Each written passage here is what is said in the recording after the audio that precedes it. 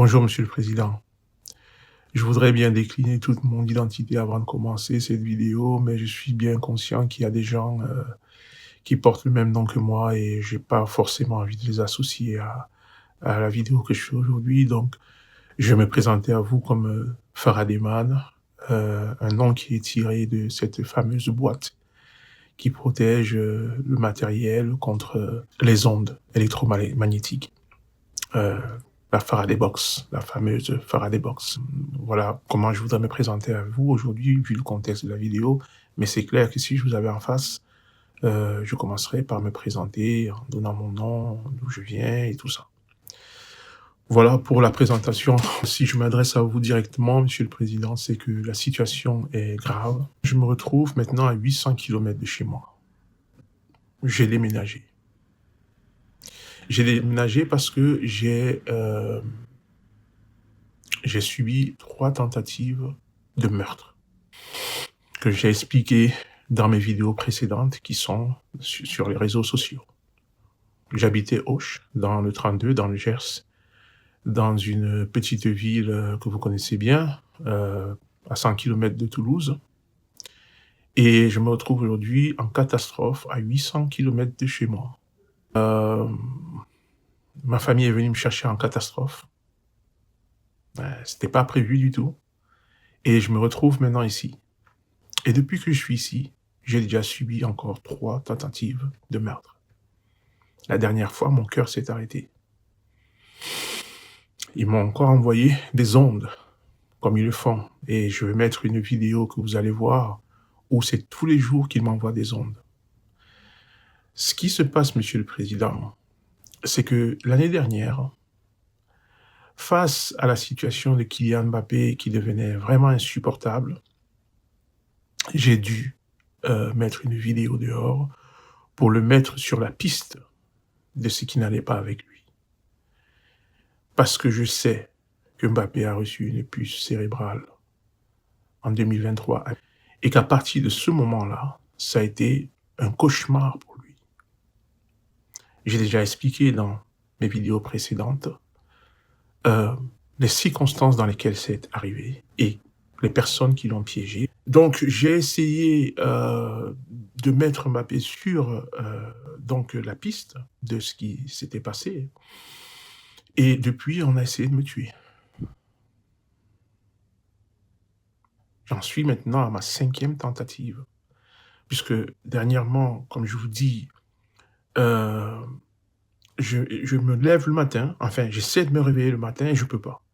Et je me rends compte que ma langue est dehors et qu'il y a la salive qui est partout sur le lit. Et ça, c'est dans la nouvelle ville, hein, c'est pas à Auch.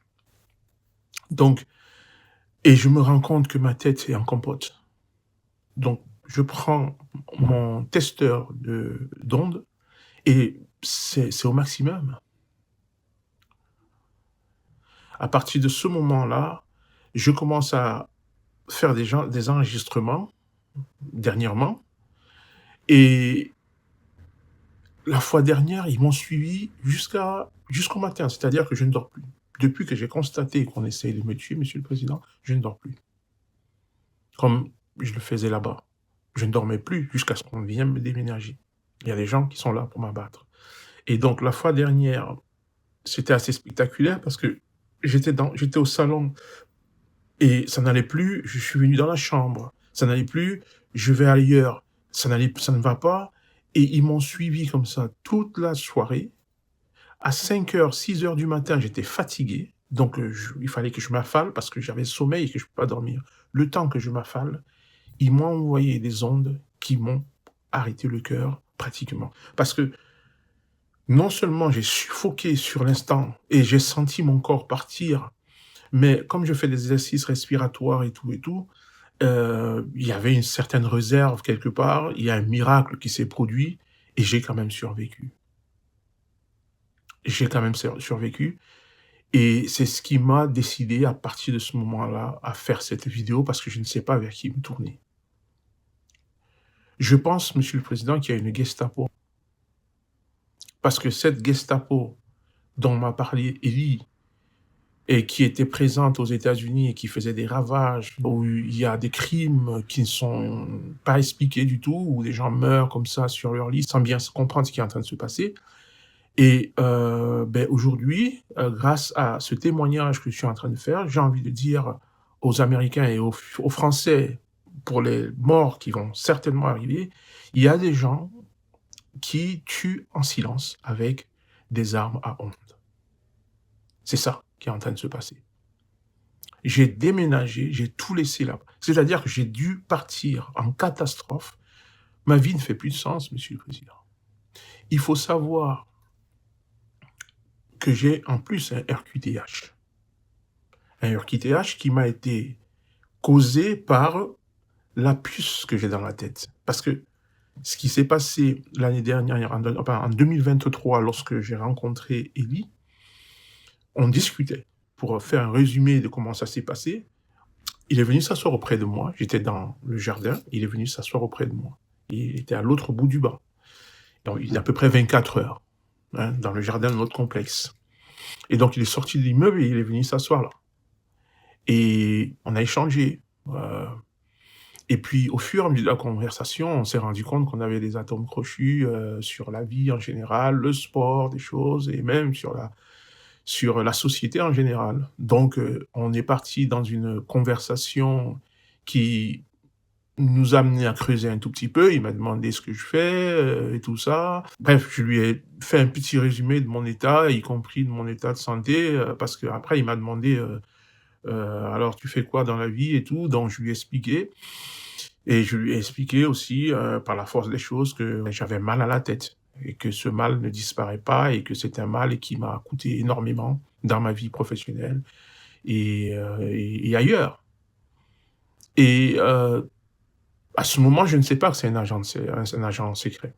Donc c'est lui qui me demande de venir là. Il fait d'abord un test avec sa main et il se rend compte que ça brûle.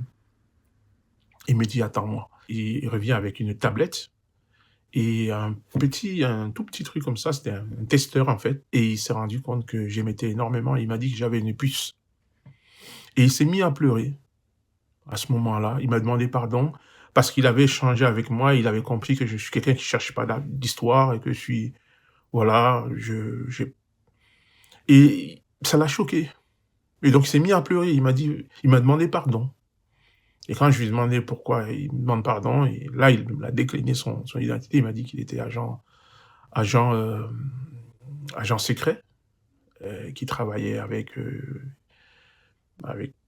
plusieurs pays. Je ne veux pas aller dans les détails et qu'il était agent secret et à ce moment-là, il me dit: «Voilà, tu as une puce, je viens de voir, je suis désolé pour toi, machin» et il me dit beaucoup de choses. Entre autres, il m'a dit: «Je n'étais pas le seul et que je serais très étonné de savoir, la compagnie que j'ai» et là, il m'a sorti le nom de Kylian Mbappé. C'est comme ça que c'est venu. Et quand il m'a sorti le nom de Kylian Mbappé, je me suis dit: «Mince, alors si lui, on le touche, ça veut dire que le monde est terminé» parce que c'est Kylian Mbappé. Alors, je sais pas, c'est-à-dire que je n'avais plus mes repères à ce moment-là. J'étais choqué, mais son information est venue comme un complément. Pourquoi? Parce que un an auparavant, j'ai eu une vision sur Kylian Mbappé qui est documentée dans ce téléphone que je vais vous présenter là, que j'ai encore. Et dans la vision que j'avais eue de Kylian Mbappé en 2022, c'est-à-dire un an avant la révélation que m'a faite, la révélation de cet agent secret, il y a absolument tout ce qui m'a révélé. Et je vais mettre l'audio à votre disposition pour que vous puissiez comparer ce qui est dit, au sortir de ce rêve prémonitoire, comme on les appelle. C'était un rêve prémonitoire que j'avais eu sur lui, qui décrivait exactement ce qui allait se passer avec lui un an après. Mais sauf que à ce moment-là, je peux pas savoir. C'est lui, Élie, qui, un an plus tard, me retrace donc le film de ce que j'avais vu dans ma révélation un an auparavant. Et quand je vais mettre cet audio, ce sera clair pour tout le monde. Parce qu'il y a aussi les signes. C'est pas juste une information qui est venue comme ça. D'ailleurs, à Élie, je lui ai demandé à ce moment: «Est-ce que vous êtes un ange?» et il a rigolé. Parce qu'il n'y a pas moyen qu'en 24 heures, Je me retrouve avec Élie dans un dans un jardin.